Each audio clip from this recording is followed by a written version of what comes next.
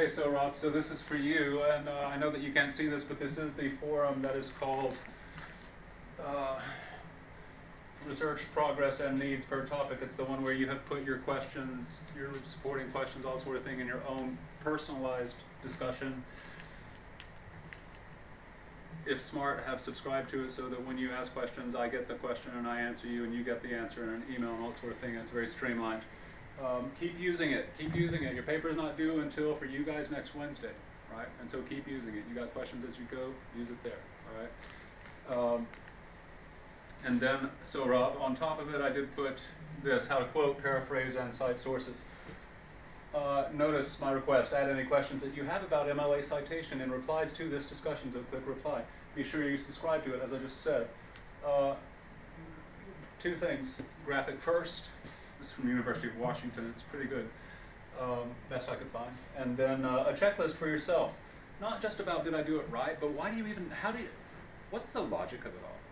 What's the logic of citing sources, yada, yada, yada, right? How do you do it well, Omar, and how do you do it sloppily? A sloppy writer would say, according to Chris Thompson, junior journalist of the Omaha Sun-Press newspaper, in an article entitled, "I'm a completely unimportant article of slight relevance to my topic, comma, quote." You would over-identify an unimportant source in your tagline introducing the quote. What am I trying to make you understand? If it's Abraham Lincoln, Thomas Edison, what's his name? E equals MC squared guy? Oh, Einstein. Adolf Einstein? Albert Einstein. Yes.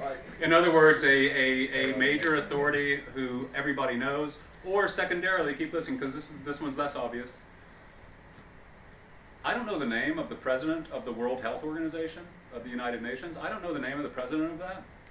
But I do know that if anybody's an authority on health, this man would be. So I would name him because he is, within his field, a major authority.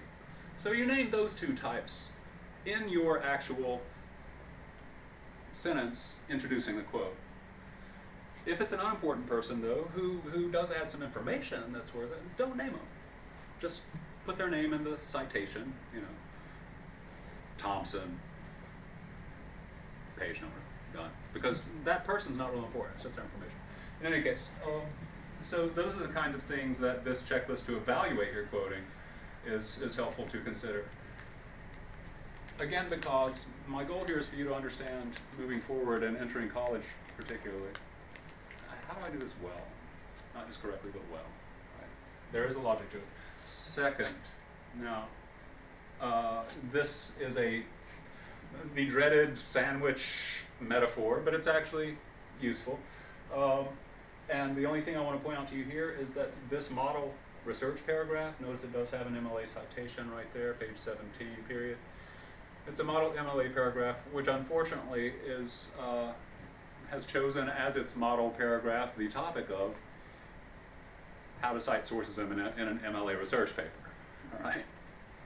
Get it?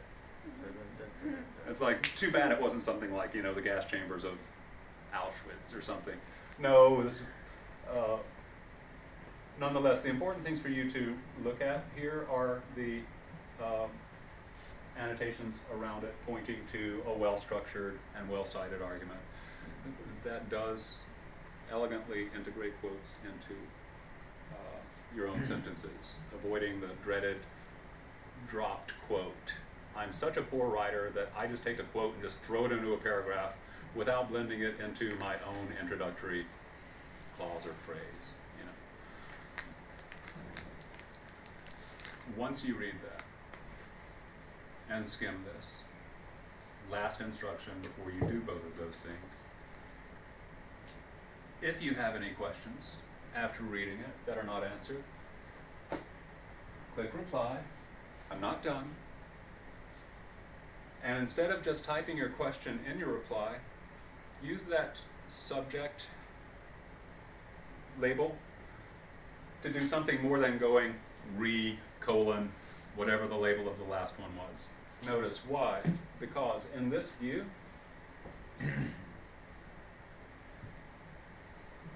there are multiple views when you view a forum. You can display replies flat, nested. That means like Zach asked a question, Mr. Burrell asked a question, answered Zach, and so it's nested underneath it. You actually see it indented, and so you can see the conversation go. If Zach answers Mr. Burrell, it's indented one further thing, right? And so you can see the conversation flow. But when it's a long one, display in threaded form, because that just shows you the titles. And if the titles are as the lovely Mina Lee, before I asked her to edit this so that it was useful for us in this view, it was research needs topics and blah, blah, blah, your questions here, whatever, right? And so notice you're looking for, and I bet many of you have this question, how do you cite primary sources that you find in secondary sources? I didn't read the primary source. How do you do that? There is a way. So that answer is there. How do you cite a secondary source, Mina asked, that you found in another secondary source? And I want to quote that. So how do I cite it? The answer to that is the same as the answer to this. So if you have any questions, click reply and show us what your question is so that you can all look at it and go, I have that question too, I'll click there. I'm done. Please take, ideally no more than 5 minutes, to go ahead and look over that and to add any questions that you have about research paper formatting, citation, quoting, and the meaning of life. Don't do the meaning of life.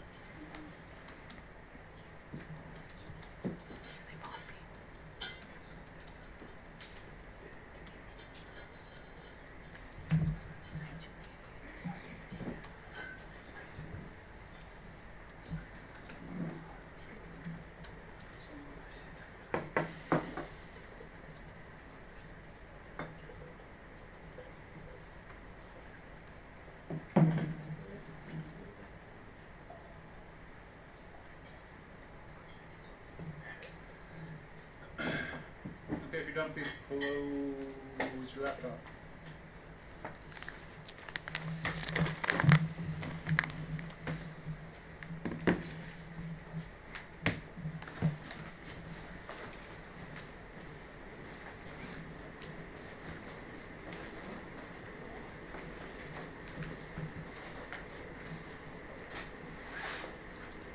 Nice.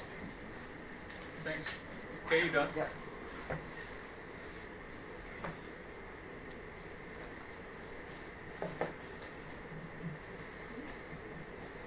Exasperated, shame-inflicting, teacher head shake. Nice.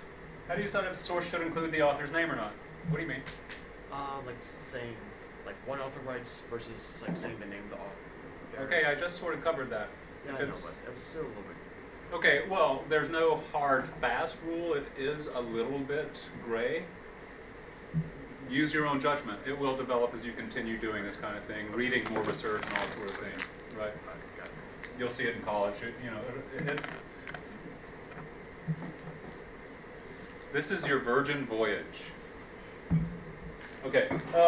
How, if you use a source from JSTOR, do you cite it as a book or as a website?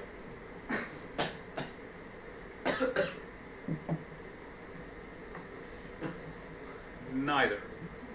I see you again next time. I will tell you how to cite. No, I won't tell you how to cite every single possibility. If I use a video, if I use a film, if I use a lecture, if I use an encyclopedia, if I use a book with one author, if I use a book with two authors. Welcome to the nightmare of doing a works cited page. All right? How do we do it? Those of us who have gotten our master's degree and written research papers of 30 pages with 6 pages of works cited, every imaginable kind, newspaper article from Mars, every conceivable kind. How do you do it? You have a cheat sheet out next to you and you're like, oh hell, film. Where's the one that shows you how to do film? And you simply do that. Luckily, you only do this once every time you write a research paper, right? So it is just one where, do I have in my head the answer to every single type of bibliographic form for a works cited? No. Okay? Nobody does. If they do, I pity them, because there's much better things to do with your life than memorize how to cite every freaking kind of source. Okay? Who asked that question? Remind me to kill you later. All right, I'm feeling good today. All right. Oh my God, that's What if my quote is... Oh, sorry. yeah, you're right. Natalie. Okay. Yeah, remind me to kill you later. All right. I'll say that freshman year. Yeah. And what's the answer to this one? What if my quote... Oh, yeah, okay, I'm trying to write like a student. What if my quote's really large, like 6 lines? Like, You indented if it's over 5. you indent it if it's 5 or more. Yeah. Yeah, okay? 5 or more what? On the page that you're looking at or on the page that you're typing? On the page you're typing. The page you're typing. Do you put quotation marks around it if you've indented it? No. Because MLA is like, idiot, you indented it. That shows it's a quote. You don't need to put quotation marks around it. What's the other one little weird wrinkle about it? I hate this. The citation in parentheses goes after the period if it's block indented. Bastard. Okay. All right. So anyway, all right. So good. So we got a nice little thingy going. Okay. All right. Farewell, technology. Also the screaming children. Yes, she doesn't comment on it. Oh, yeah. 65%. Remember we watched like Star Trek? Yes, and we started. Okay, you can put, well, We started. how many of you brought back your Mateo Ricci Xavier packet? Pull it out. How many of you don't have it? Modern Languages, or Modern Language Association. Remember what we had a discussion about? If not, then we can just... No, I have it. Okay. We don't need a laptop. You don't need your laptops unless you don't have your packet, in which case I have put one on Moodle you can download and use. So, No, I found a way to stop hiccups. I found a way to stop hiccups. To stop hiccups. These are like points in your body. Your parents are like, no way. Yeah. Oh man. They sent me like a list. If you actually do this, your hiccups actually stop. I'm not kidding. That's scary. It's worth 99% of the time. Yeah, you gotta like stop. It's gotta be like right when it begins. You can't like do it halfway through. What happened?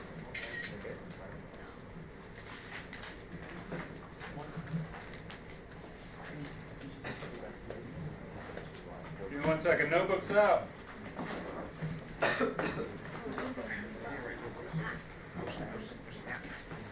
Fantastic.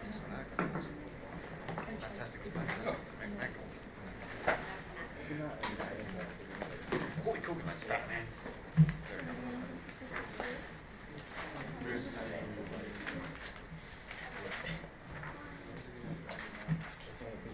Holy up, holy up.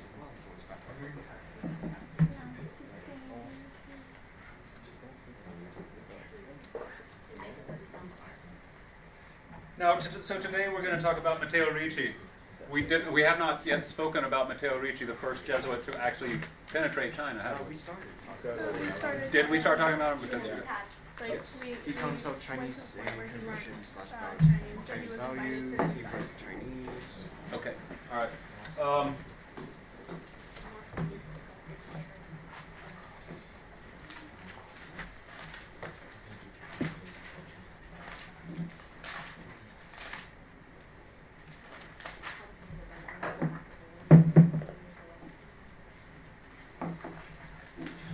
it must be a weird thing to be dying.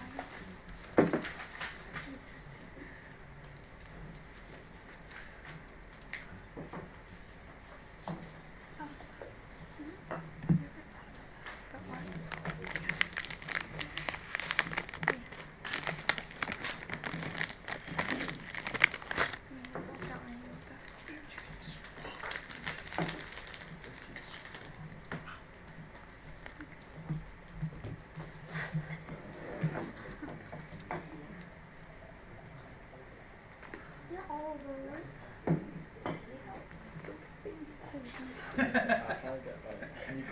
You social butterfly, you.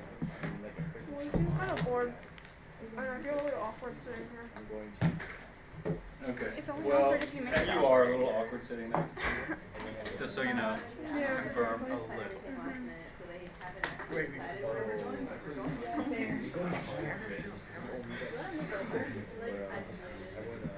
That's fine.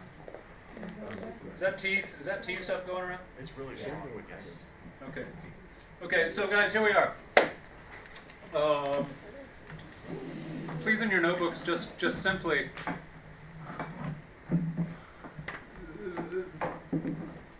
this is like the sort of the major outline. This is your outline, right? So we got Ricci, D period means Ricci, D period date means died. Right? So he died in 1610. Preview of what we're gonna, well, the last class plus whatever remaining that we use next time. The arrival of 2 more missionary orders in China. Ricci, what order did he belong to? The Jesuits. Order means brotherhood, right? So one particular Jesuit battalion. Okay, so the Dominicans is another, and the Franciscans is another. They come afterwards. Once again, via Macau, right? So they come. We will see the fall of the Ming and to the Qing. So our dynasty song.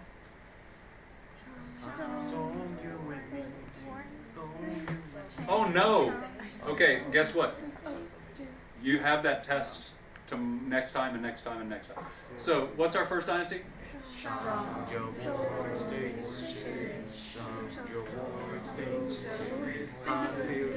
Song, Zhou, Warring States, Qin, First Empire, First Emperor, 220 BC. Han, Classical Empire.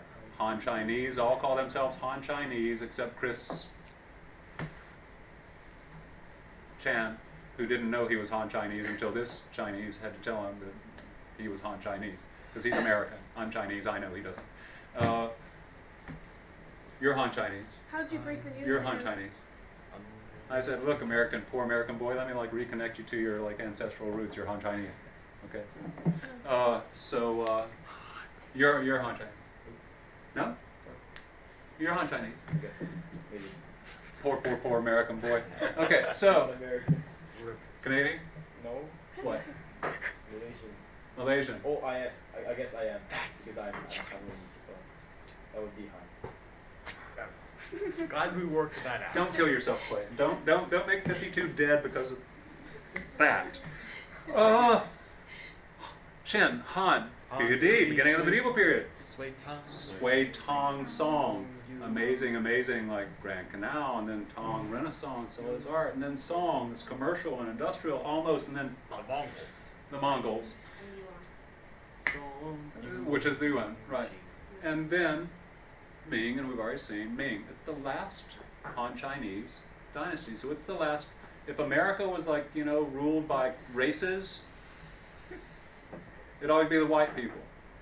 The last Han people dynasty is the Ming. And guess what happens in the year 1644? Barbarians take China again. China's conquered by north of the Great Wall barbarians one last time. I hesitate to say last because in a sense Karl Marx conquered China. That's another foreign barbarian. So the Qing dynasty is China's last dynasty. It's a quote barbarian foreign one again. You should be very interested to hear okay. We remember the Xianbei during the period of disunity. They were actually pretty cool. They Sinicized. They did all sorts of smart things. And then the Mongols, well, hell, that was not a good experience with the barbarian. So how are the Qing going to which side are they going to fall on? Notice that it does. I mean, this just makes my mind explode.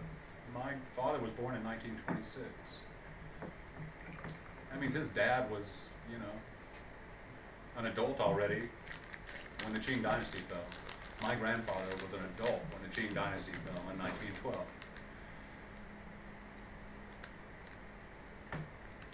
Cars were being made and movies were being done when the Qing dynasty fell in 1912. It's just crazy. Manhattan was a bustling traffic. Anyway, enough of that. So, but this class only ends at 1800. Well, why? Because 1800 is the end of what we call the High Qing. Yuan, rise, Ming and Qing until 1800 are the peak of the fourth wave. And then after 1800, a horrible crash, still Qing dynasty, but that's when the modern age of imperialism reaches China. So we can do that. So we stopped with the three great emperors. Him, barbarian, his son, and his grandson. Right? And that's just what we're covering for the remainder of this course. Right? So do you have all this? So I get rid of it? I'm writing down The three great emperors. Ems means emperors. Right?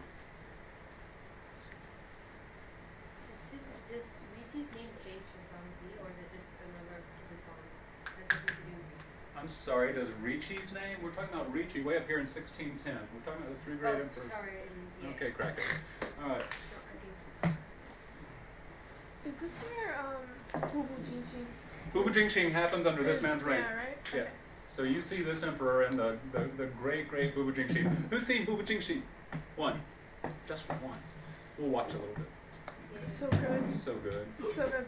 I stopped at like the 10th episode though. So I need to start again. I will tell all of you, even Natalie,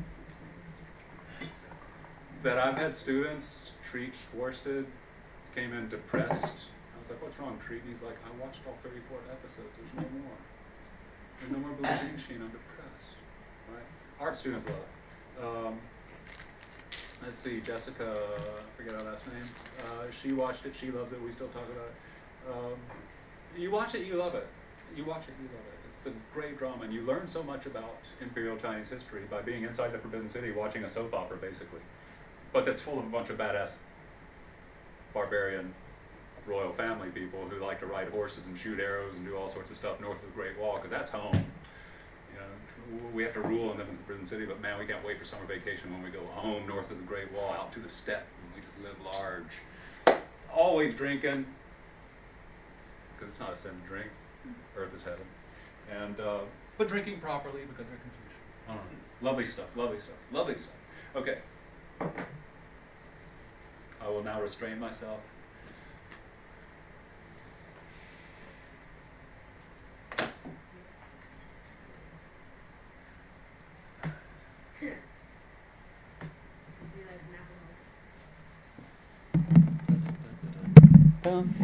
Oh, man, my tune was off.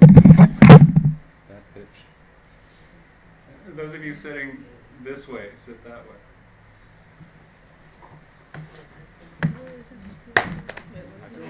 With that camera.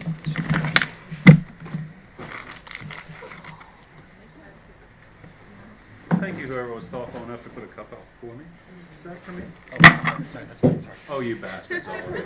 This pathetic little unfilial. Here I am, the elder, and nobody thinks of me. And it's just like, we're just all Western individualists. Screw everybody else. Well, screw you back, all right? Oh, thank you, my good filial young man.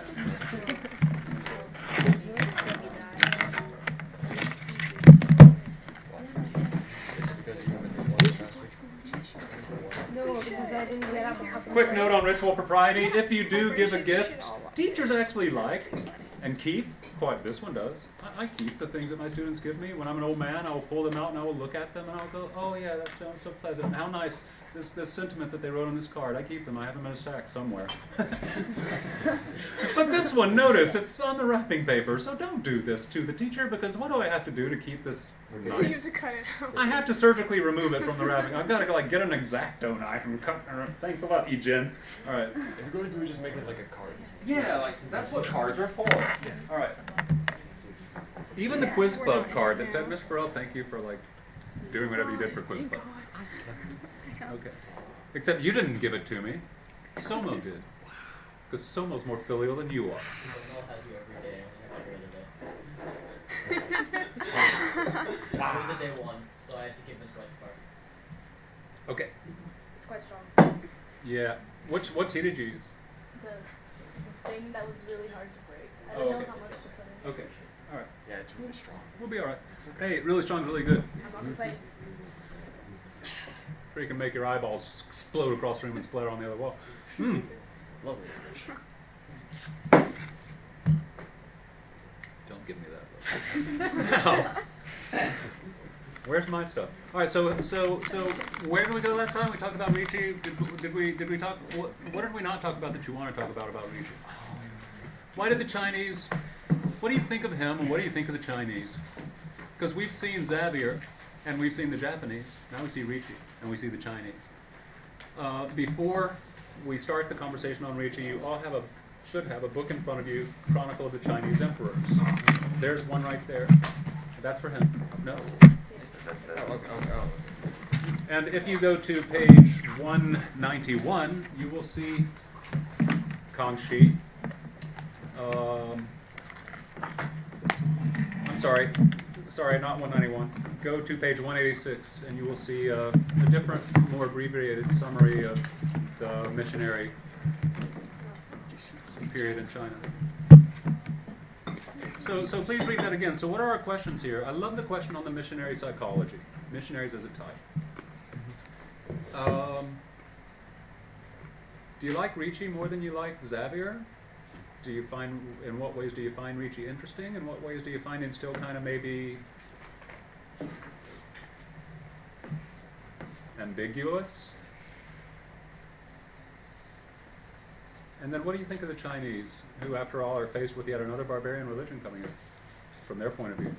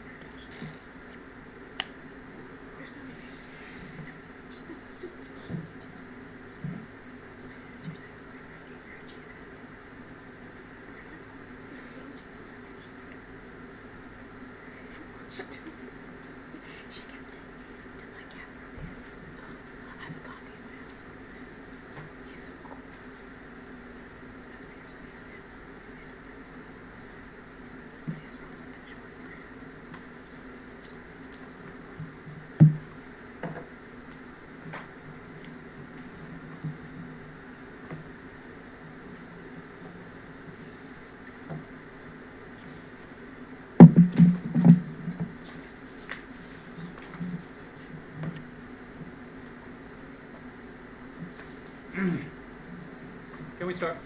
Yes, we can. You've had enough time to prepare your thoughts.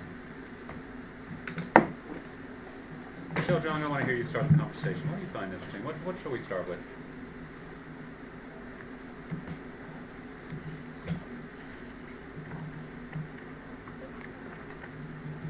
Okay, I find it really interesting how... See? It's that easy. You looked at me like you wanted to kill me, and then you're like, okay, I found it interesting that. Go. Okay, so I found it really interesting that, unlike the Xavier guy, Ricci, he tried to change himself to understand how the Chinese people believed. Instead of just, like, giving them his beliefs, he understood that the Chinese believed in, like, meritocracy. And so he became more, like, Confucian to understand how they thought before he tried to change them. And even when he did, he still tried to make sure that they had their traditions and their thoughts. But how would that make Chinese Christians differ from like normal Christians? How would that make like Chinese Christians differ from normal Christians? I mean, wouldn't their values be a bit different if you're converting them on the basis of like meritocracies and not pure? If you need somebody to speak up like I do, can you please speak up? Do I need to speak up? Yes. Oh, okay. So I like, wouldn't that kind of change what type of Christian they were? Like, do you guys get what I mean? Yeah. As in, like, they're Chinese Christians, not like white Christians. I think it would have created a new sect of Christianity. I mean, like, there's so many different branches of Christianity. Yeah. But, Can you please speak up? I felt like this because he converted he converted some of the elites, right? And by integrating Confucian values of like ancestor worship and Christianity, he kind of converted some of them. But then the Pope was like, no, you shouldn't do this. Christianity should be pure, which I don't really understand because there's so many different branches of Christianity. It would have been successful if they allowed them to like kind of like make this new little branch. I found it interesting that he, like Ricci, made Christianity compatible with Confucianism by allowing ancestor worship, but then Xavier, when they asked him about ancestors, he was like, oh, they're all burning in hell. Yeah. So. It makes me wonder if Ricci read Xavier's letter. It makes me wonder that. But anyway. I'm curious about how specifically Ricci would have Speak gone up. about. I'm curious about how specifically Ricci would have gone about giving a version of Christianity that's compatible with Confucianism. It seems like they should be like almost polar opposites, like value and ideals wise. How do you reconcile the two? How do you reconcile Christianity and Confucianism? Christianity and Confucianism in general Chinese values. Doesn't Confucianism teach that we should help the poor, like we should be respectful to the poor and stuff, and same thing in Christianity to like give to the poor? Isn't that like similar in some ways? I don't think they're polar opposites. You know? It might have been in the packet, but I think Ricci. Guys. Okay, all right. I apologize. All right. Okay, so I think Ricci was talking to some Confucian scholar, and he was like, Jesus and Confucius would have been such good friends or something like that, about how they shared so many similar values. So yeah, I mean, there's just some evidence to support that. I also found it interesting the way, like, he's converting them, but he's changing Christianity. It's almost like he just wants to be able to say, oh, you're Christian, because he's not really taking away the key tenets. He's not like converting them as strongly as Xavier was. Like, Xavier was like, listen, you're going to become Christian. You are Christian now. He kind of blurs the line in a way to just, I feel like he's not as aggressive. Maybe he doesn't believe in like converting them completely as much. Maybe because of the person he is, because he seems like the kind of person that would thrive in a Confucian society. Yeah. He wouldn't want to change it that much. He kind of looked upon it with a better light than like the Pope, who just was a completely different type of person. I felt like he was very careful because he knew that if he stepped out of line too much or just like kind of offended them, then he would have been like imprisoned or treated less nicely. You know? Yeah. You want to hear a funny story about that stepping out of line and offending them off? You want to hear a funny story about Ricci? Yes. When he first got there, and he spent like 10 years, he was actually able to enter. Again, this is right from the cow, and this is the isolation period, so the fact that he ever got through the city gate and actually into China at all is remarkable, and he did it because he could speak Chinese and all sorts of, like, what an interesting barbarian. But still, he goes in dressed like a Jesuit, wearing his monk's robe and all sorts of stuff. I believe his head was shaved. And so guess who the Chinese mistook him for? Buddhist. They were like, what a funny looking Buddhist you are. And Ricci's walking on, what? No! Right? And so he's like trying to, like, in Chinese, he gave us the word China. He's the one that named China, China, in Latin. Translations from, because he translated the Analects, he translated a lot of the Confucian classics as he read them. So many interesting questions I asked about this guy. What did he think? Now, why did he say, was he curious about China? Like, I'm just very, very interested in other cultures. I'm just so, like, multicultural and citizen of the world. Was that his motive? No. What was his motive? Right. Well, so why would he have? Right. And so as you read, it's like, well, hell, obviously the only way I'm going to get taken seriously here is if I can speak to the CWCH14 who are all like crazy about this Confucius guy. So I got to like understand what this Confucius guy is, because it's top down. I got to like convert them top down. Xavier's doing bottom up stuff. He's in some little port city with a bunch of apparently like, you know, common people. Ricci's got a very different job. These are like Harvard grads, all of them.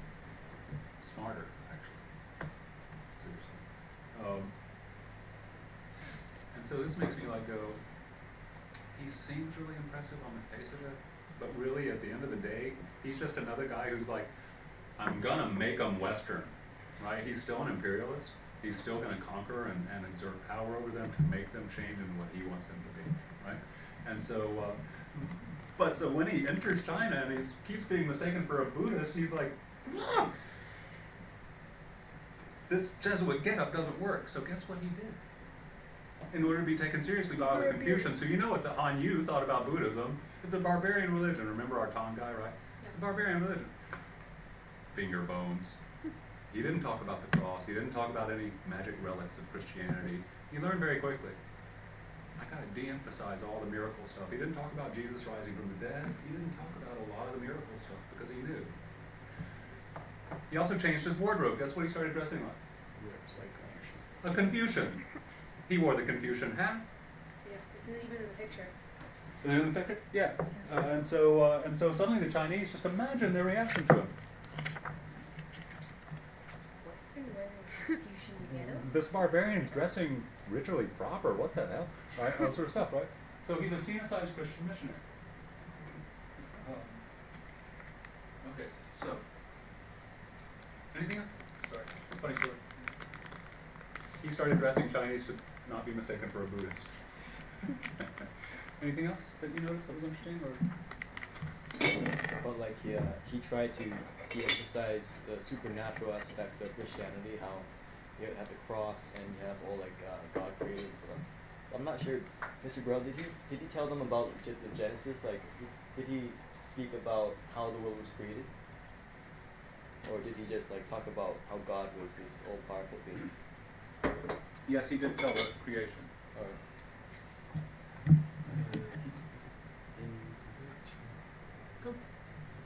I feel like he's not trying to use like belief as a way to convert them, so to speak. Like as you say, he doesn't talk about the cross, Jesus being revived, etc. What he's using like Western technology to convince them. Like where he talked with the emperor just by fixing a clock and showing when the next eclipse will be and stuff like that. Like the emperor is not so much interested with the religion, but with his technology, and I feel like that's almost like a way into talking about religion. Like, could you imagine? Can you imagine what? Oh, well, could you imagine like, oh yeah, they're talking about like technology or whatever, and then all of a sudden, well, yes, Jesus helped me get to figure this out, etc. And then so I feel like technology was just a way for them to start talking about religion. Because if you tried to go straight for religion, then I think Confucians wouldn't really take him seriously, or the emperor. Yeah, that was like the same thing with Xavier. He kind of used his knowledge of the world and like the technology that the West had developed to bolster the Christian ideas, even though they were so weird and they had no evidence really. He was able to use Like the fact that they knew the Earth was round, for example, to convince them that, yeah, this must be right. I think he probably read Xavier's letter in that case, because you notice that the only way he got the Japanese to agree with him was through technology. Yeah. They weren't able to take in the whole Jesus reviving everybody in hell sort of thing. Yeah. So Please pass it around, even if you don't want some. Just be like sort of conscious of maybe like the person next to you could say, "Hey, you want some?" Would say, "Yeah, thanks."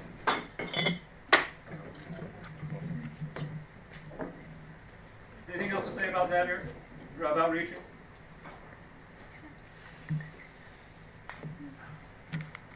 Mr. Brawl, do you want something? Yes, thank you. My good fellow child. Young, sensitive Omar.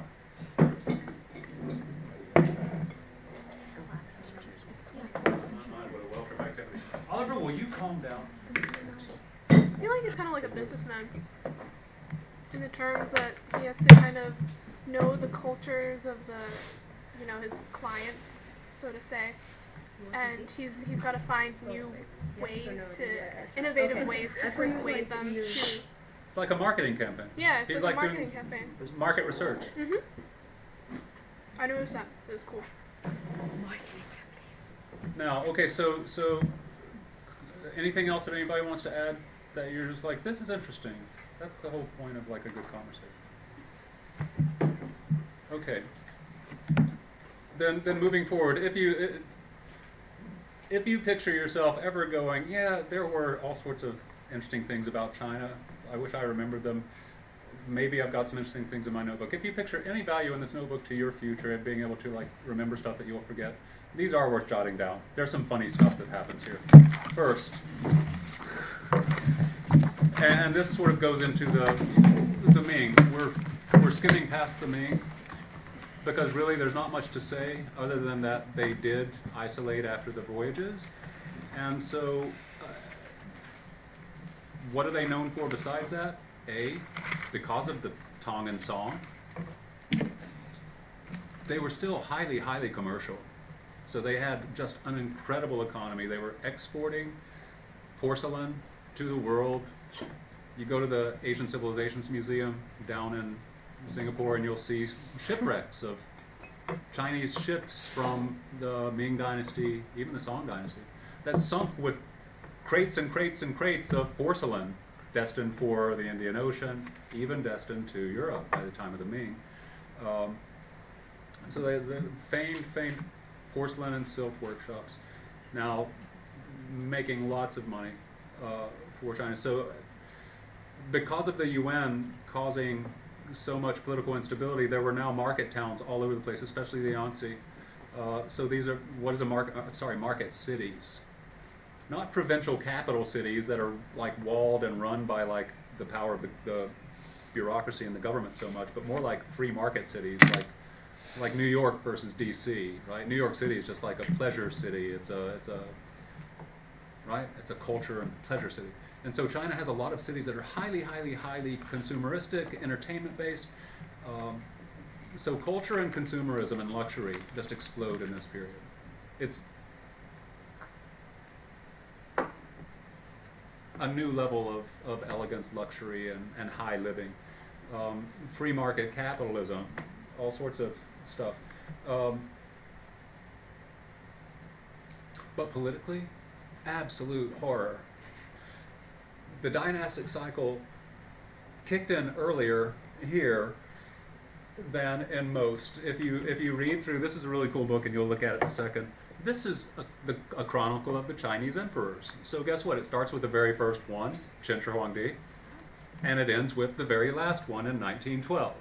And it's got like 2 to 3 page summaries of each one of them for 21 centuries. It's a really fun little book. If you read the entries on the Ming emperors after Yongle and his son, very soon they all start becoming comic. You want to do some comedy? Just talk about the one emperor whose wife like clawed his face because he was like spending too much time with his concubine, and he was just so lame that he couldn't defend himself, right? Or my favorite, the one who presided when Ricci was in China. Wan Li. He was the Ming's longest ruling emperor, Emperor Wan Li. And why is he funny? Because he is the classic bro, dirtbag. He got so sick of being an emperor in his 41 years of reign, I believe, that he said very early on, I am sick of this. Go do a ritual to that. Go sit and talk with officials for the next few hours. Then freaking read letters from all the provinces for the next few hours and answer them, and just administer, manage. I'm sick of it, and I'm the emperor, so guess what? I quit. You ministers, you run everything. Eunuchs help them. I'm going back into the palace, Forbidden City now. I'm going back into the inner court, my private quarters, and I'm just gonna like have fun. And for about 35 years he did. Nobody ever saw him. Wow. He just, except the concubines, and whoever else. He just became a non-presence. And so the chief ministers continued running the thing and all sort of thing. That's why the only time Ricci saw this guy was when his clock broke.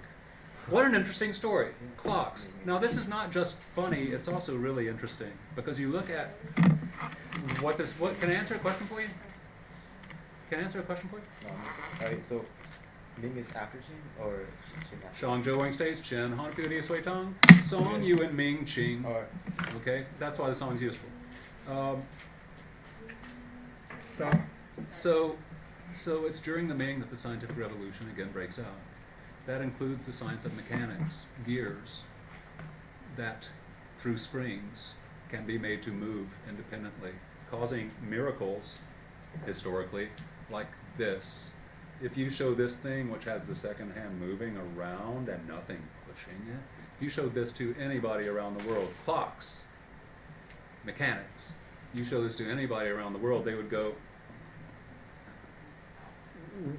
where does it eat? And where does it poop? And where's its penis? Because it's alive, because it's animated, animus, soul, animation, movement. Things that move independently are alive. This thing's alive. And the Europeans? No, it's not. This is what we call a machine. It's based on our science of mechanics and mechanical engineering. And we know how to do this, and you don't. The Japanese are going, wow, to Xavier. The Chinese are going, wow, to Ricci. Emperor Wan Le, who's going, hubba, hubba, hubba, to concubines. When he gets this clock from this barbarian who speaks Chinese, he's like, cool, ooh, fun, I'm showing to my concubines. He sets it up, the clock breaks. Call that barbarian in here, I want to fix my clock. And that's the only time he meets Ricci. Talks to him, asks him a question, all that sort of thing. The Ming continues this way with lame emperor versus lame emperor versus lame emperor until towards the end, your typical dynastic cycle thing happens. The rich-poor gap grows, banditry breaks out. Now there are other factors here that if we were to go more in depth, the silver from the New World, Spanish silver, starts draining into, what did Magellan conquer? What was that place where he got killed and chopped into pieces? Philippines. The Philippines, right? And so the Spanish are taking the Philippines. So now we got like European colonies off the Chinese coast, Philippines. And that means Spanish silver is there, and they're buying Chinese stuff with Spanish silver, and so this injection of Spanish silver into the Chinese economy also starts doing things to disrupt its economy. We've suddenly got a lot more silver, and that does things to inflation and taxes and all sorts of stuff. Long story short, though, as usual, the working class, the common person, is at the short end of the stick. Banditry breaks out, and the Ming falls. Before we get to the fall of the Ming, I want to add the other two important things that happened during the Ming. And that is simply, as you already have in your notes, Dominicans and Franciscans arrived. And you read it briefly, so just to underscore it, when they get there, they start sending their mission reports back to the Pope, saying, I'm going to tell on these Jesuits because they're changing Christianity. They're saying that you can bow to your ancestors, who are represented by idols called ancestral tablets at the ancestral altar or temple. And that's idolatry. That breaks the first commandment. And they're giving God a different name, using his name in vain, calling him Tien or Shangdi. That's what these Jesuits are doing. I'm telling. And they tell the Pope and the Pope. And why are they telling? Because they want funding too. They want support too. The Dominicans, the Franciscans, they all rely on funding from the Vatican. And so they're not cooperating, they're competing against each other as they're trying to conquer China spiritually and exert their power as missionaries do.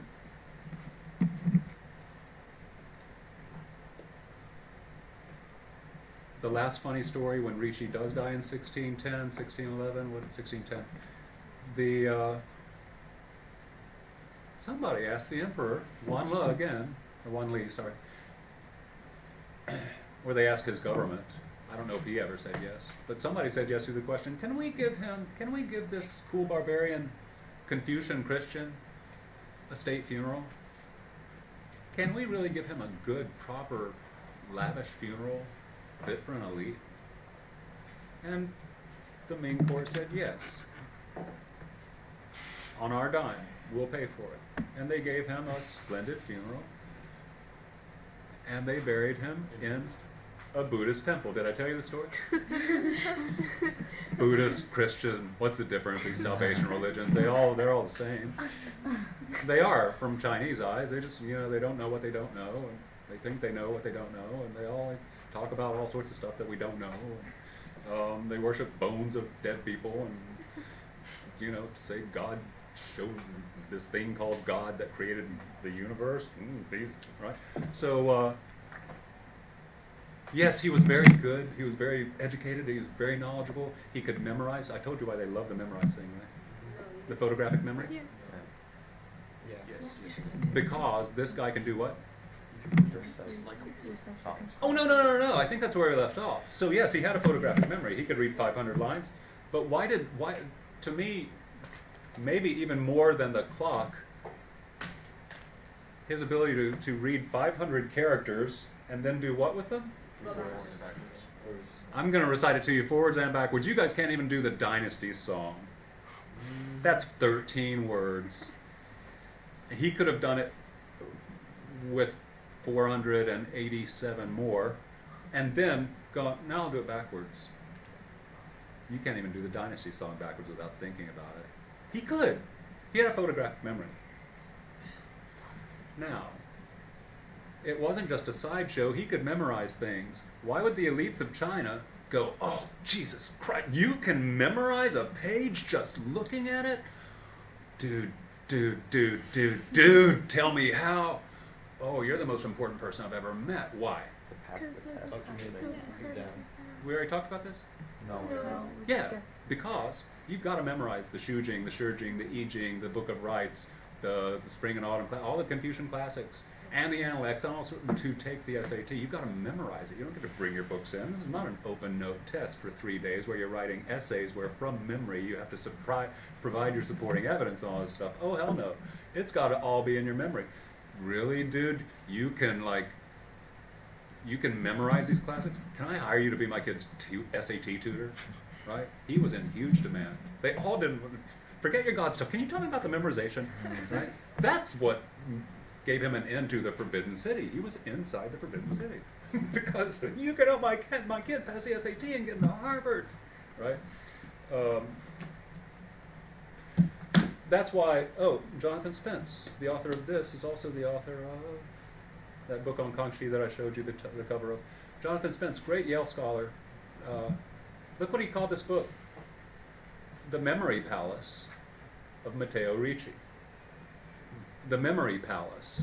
He was actually using Renaissance memorization techniques where they would use architectural techniques to memorize stuff. So say like, okay, I got to memorize a periodic table. I'll put all the something related elements in the lobby of the palace, so that when I go into the palace, I that's that type of element. And so they would just imagine a piece of architecture. Yes? So he not only had photographic memory, but he was skilled in memory palace, mnemonic techniques. Yeah. Wow. Yeah, right? Super. And so what a tutor, right? Yeah. I mean, he could have just built a cram school and just gotten rich, right? He could have built a Hagwon. Koreans? Do I have any Koreans? Oh, hell. Perfect Korean joke. Hagwon, that's an SAT cram school for Koreans, right, in Seoul. It's the second school kids go to every day and weekends after the other school, so they can game their way into Korean Harvards in this silly, freaking elite, hyper-elite world. So here's the punchline of the burial. Yes, put him in that other barbarian, that Buddhist temple. Just put him in there because it's not used anymore. Renovate it, make it nice. And they did, and it was very honorable. So all of the other Jesuits come to his funeral and they see the statues of Buddha all over the place as he is interred or put in his tomb above ground. Who knows? Who cares? And it's all done very nice, and it was a very good funeral. And everybody left. Thank you for the very nice funeral, they all said. And the sun went down, and now just the body of Ricci is there, surrounded by idols from the rival Salvation religion, Buddhism. Guess what happened after the sun went down? He rose again. No. No, but remind me to tell you that Jesus is back and alive today. The second coming has happened. You just don't know it because you're all racist. Back to it. Excuse me, I'm sorry, could you elaborate? No. We got to go back to what happened when the sun goes down, when the sun went down. Was his corpse rated? Not rated. Was his corpse rated? No, you wouldn't do that to a corpse. That's a complete Confucian blasphemy to desecrate a corpse. Are you kidding? We revere the funeral ritual. No, the Chinese didn't do anything. The Chinese didn't do anything. They respected this man. What do you think, Natalie? The Christians did it. Christians did what? Yeah, because it's knock down the Buddhist. If you were, Knock down the Buddhist statues. Yeah, because they're idols. all the other missionaries snuck into the temple and they took the Buddhist statues out of it and they destroyed them and they put crosses in there. Right? Okay, now everything's okay. Oh man. History is so fun. All right, it's just so fun. What a funny freaking story. So during the day, they all walked in like, oh, what's this? And they just come You know, back they later. probably clutched their pearl fair breeds and fainted, and then somebody else said, "Here, I got some smelling salt," and they're like, okay. So, all right. So, Can you please elaborate on how I'm racist? because you don't know that Jesus has come again, because Jesus is Chinese, and the coming of Jesus has happened, and Jesus is alive, and he's in the Wei River Valley right now. I told you this. No, you didn't tell You us. don't know the most important moment in cosmic history? The end is here. It's not near, it's here. Jesus is alive. The second coming has happened. The Chinese know it, you don't, because you're racist. You don't read Chinese newspaper. You're also illiterate barbarians who can't read it. And he's a woman. So she's Wait, why call it he though? Like, Well, He's a that's my punchline, man. Wow. Oh, are you also sexist? Jesus can't come back as a freaking woman? What a bunch of disgraceful human beings you all are if you think that Jesus can't come back as not white and not woman. News tip, he was never white. Yeah. That's true. He's Middle Eastern. You know, like those Iraqis, those Jews. He's not white, he's not European. He's ancient Near Eastern. No. Can I have an amen, brothers and sisters? Amen. Can I have a hallelujah, brothers and sisters? It's raining. Thank you, brothers and sisters. Now, further. This matters. Why does this matter? Because, and this is, believe it or not, part of my lecture. Right? This isn't just like random Mr. Burrell. The same things were planned for last class, and they got them, and you're getting them. This does matter. All this missionary talk. Oh no, it's flex period. 25. All right, we're good.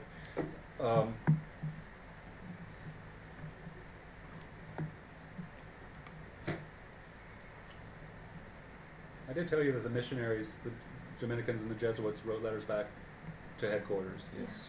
We're telling on those Jesuits. Yes. They're not doing orthodox things. They're doing heterodox things. They're allowing them to be idolatrous, blah, blah, blah. And as you read, the Pope read those things. And the Dominicans and Franciscans who are jealous of the Jesuits because they've had the most success with Ricci.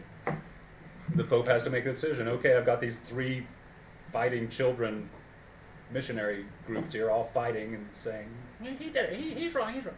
The Pope has to make a decision. Who do I support? Who's the Pope support? Not the Jesuits. The Pope himself, never herself, unlike Jesus, who is a woman now. Jesus is no sexist. Actually, there was one Pope who was a woman. Liar. Okay, so anyway, the Pope had a fainting fit himself and was brought back to with smelling salts, and he was, okay, I just can't believe that those Jesuits are letting them bow to their ancestors and break the first commandment. And the Pope came down and said, Ricci was wrong, he was out of line, and never again will we allow them to do their Confucian rituals as Christians. You with me? All right. Remind me to knee you in the groin later. Now, so this matters. I've already told you it matters because missionaries came, well. So, okay, so the Ming fell. How did the Ming fall? I'll get back to Jesus being back. That is, after all, the most important news imaginable. You've got very little time to figure out whether you believe in Jesus, because Jesus is here. This is the most important. Are you a racist? You don't believe this? Okay, anyway. This does not make you racist if you don't believe it. Jesus can't be a... if you're a Christian and you think, oh, that's a Chinese Christian thing, can't be true. That's racism, okay?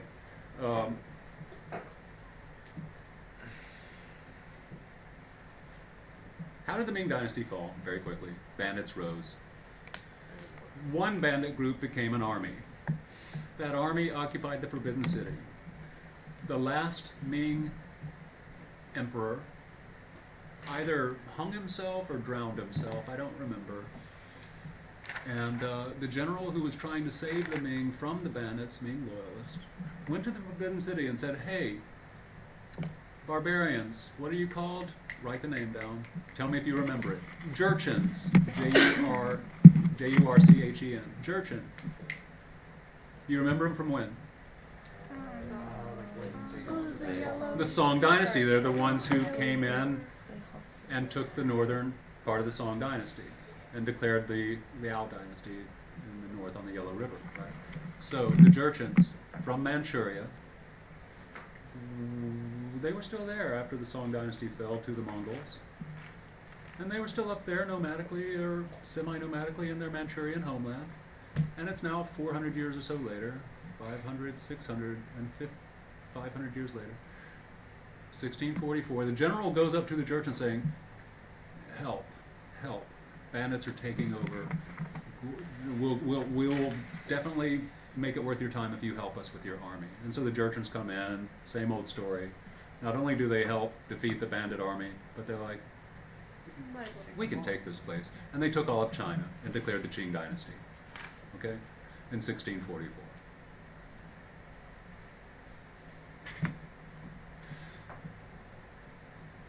There were Ming loyalists who did not like these barbarians coming in, including Ming loyalist generals.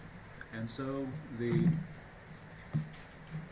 pacification and consolidation of Qing rule was quite ugly.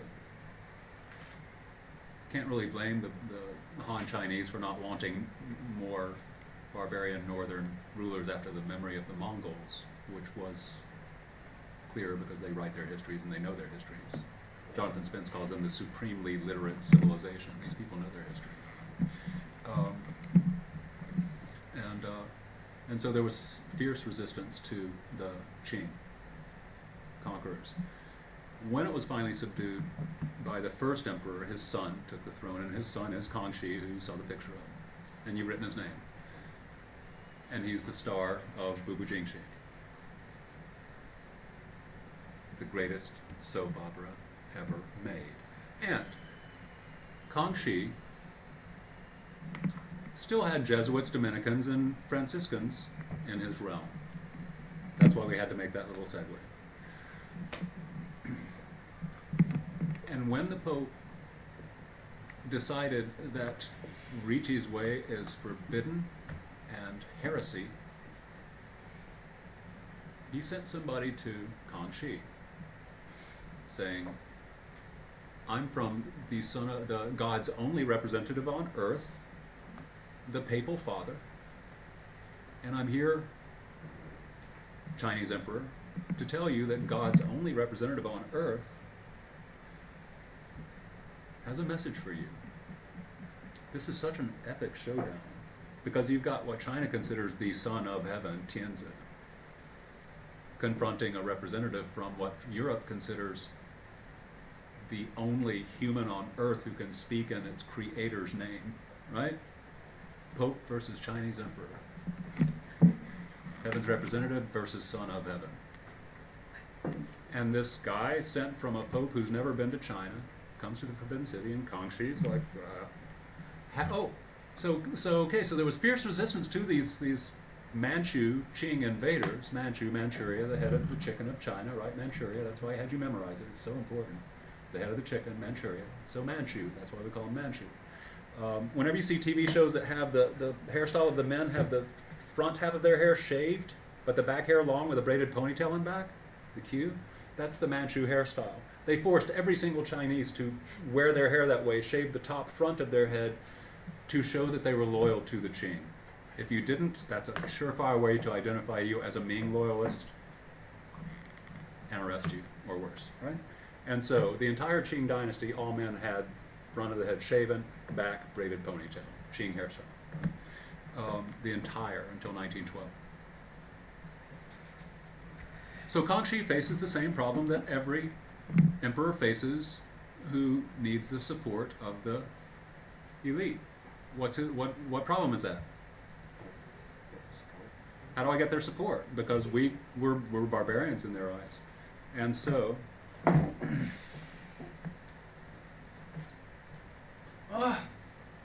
where did it go this time? I'm so bloody hyper, I just move things around and I never know where I put it. Where's my, Where's my book? Oh, there it is. Okay.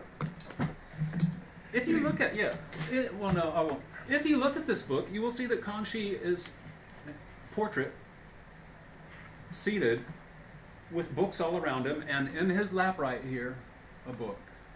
He is representing himself as, and he is a Confucian sage king. Unlike the Mongols, the three great emperors of China, this man is China's longest serving emperor ever. Up to that time, do you remember who it was? Wu Di. Wu Di was from 141 to 89. That's 11 plus 41. That's 52 years. He was from 1661 to 1722. 61 years. He outdid Wu Di by a decade. And just like Wu Di, in that 5 decades of his rule, was able to shape China, this man was able to shape the Qing. He came into power as I think a 12-year-old boy, but he was a badass warrior of the North, and he was just strong and smart and confident. And so when his regents wanted to keep controlling him, he was like, actually on second thought, although I think he was 12, 13, maybe 15, extraordinarily young to do this to these adult elites, highly powerful court members. I've decided I'm the emperor now, you can go. And he takes over, and he starts ruling, and he's amazing, he's amazing. How is he amazing? First of all, to win the support. How many of you use Chinese dictionaries for your Mandarin Chinese courses? What's the name of the most famous Chinese dictionary? The Kangxi Dictionary. If you have the Kangxi Dictionary, it was initiated by this man who, just like Yongle, I've got to get the Confucians on my side, said, hey, announcement, I'm the emperor. We're going to make a dictionary that makes it easier to learn Chinese, to look up words you don't know, because it's not alphabetic. And so he initiated that, and all the Confucians were like, damn it, there they go again. Can't resist it. What a beautiful idea. And so this army of officials who all resisted the Qing Confucians all come and they're like, we'll work on this. That's a great idea. Where do we start, right? So this marriage of emperor and Confucians, this wooing and courtship, succeeds. Other evidence that he is a sage king and he learned Chinese. He had Chinese translated into Manchu script and published it and all that sort of stuff. Confucian classics, all that sort of stuff. He internalized it. He studied the classics every morning. He started his day by studying the Confucian classics, alone in his study. Then he did his Buddhist prayers, having tea the whole time. And then he entered the hall where he ruled, where his officials were and all sort of stuff. So he studied the classics every day.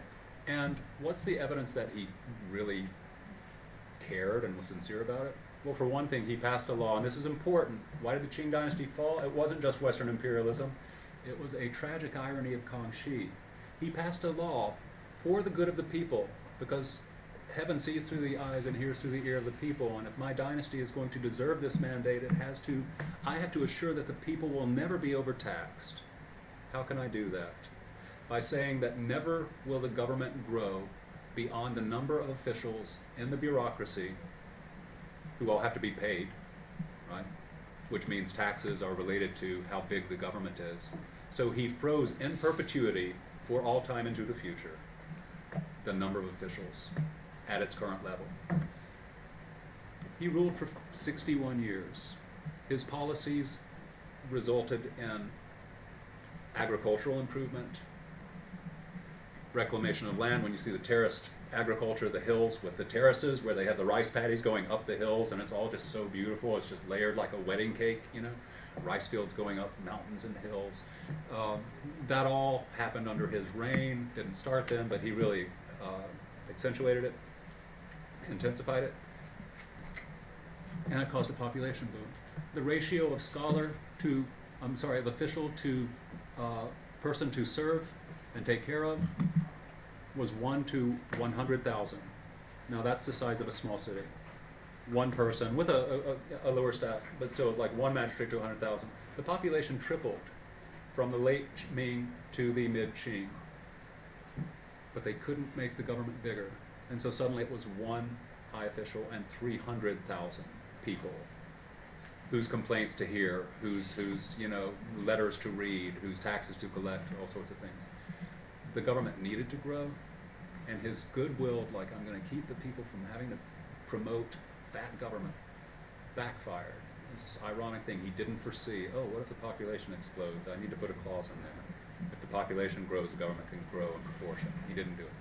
And his sons, being filial, wouldn't change the policy. Right? So this becomes a huge thing when China faces the West. Biggest crisis ever. We've got mechanized, militarized clocks now, right? And our government can't grow. Anyway, so let's see, in the remaining 2 minutes.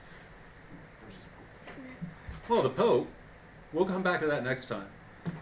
The Pope keeps sending visitors to Kangxi, and you will see, I'll let you read that because it's worth reading. You will see Kangxi continuing to Confucian, polite, ritually proper, respectful, continuing to entertain these visitors, these guests from afar, saying, give our Pope charge over your people. And you will continue seeing him smiling until his lips bleed as he politely says, do you realize what you're asking here? Right? And have more tea, right? Restraining his anger until finally he kicks all of the Christians out of China, unless they are Ricci Christians. Christians are expelled from China. It's the only religion ever to be kicked out of China. Buddhists, Hindus, Muslims, never expelled from China. Christians, you're not welcome here. Your Pope is the most stubborn, bullheaded, and disrespectful person. He wants to have power over my people, and he's never been here. It's an amazing thing. I guess I'll have to tell you about Jesus' second coming next time. Darn. That means you'll have to come again in order to learn. Darn. Okay. You make me sound like I don't want to come here.